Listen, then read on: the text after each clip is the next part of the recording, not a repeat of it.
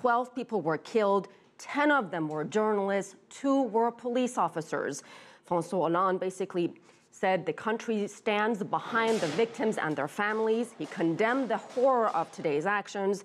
He said France will not be defeated, and the best weapon against terrorism and extremism is unity. Let's get more on this story. Ben McPartland in Paris.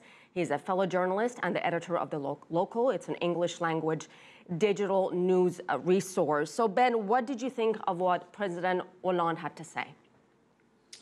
Yeah, it's a powerful speech. Those kind of words have been said all day today from French politicians, you know, across all parties.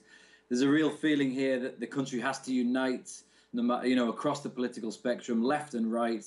And Hollande is stressing that you know, the country has to come together as one, you know, including its significant Muslim population, you know, all religious nominations, to not to overreact, to defeat this terror threat, and to make sure those who were behind it are you know, brought to justice. What do we know about this publication? Certainly, it was no stranger to controversy.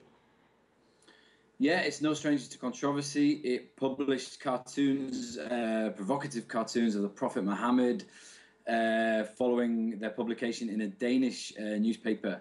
It was firebombed in 2012 as a result of the publication.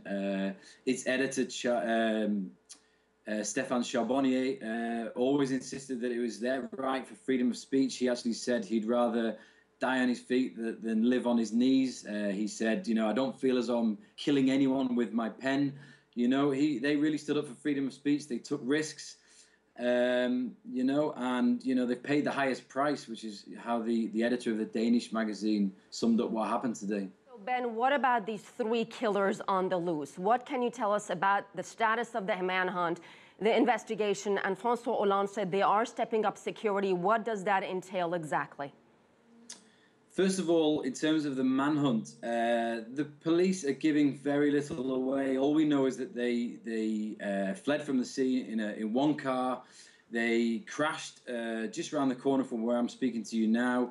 They hijacked another car, fled to outside Paris to the northeast, from which there's been no sign of them. There was 2 raids on apartments around 4:30 this afternoon. No arrests were made after those raids. In terms of security, we're talking about a heightened presence of soldiers, of police officers at shopping centres, at religious buildings, at transport hubs, especially train stations all around the country.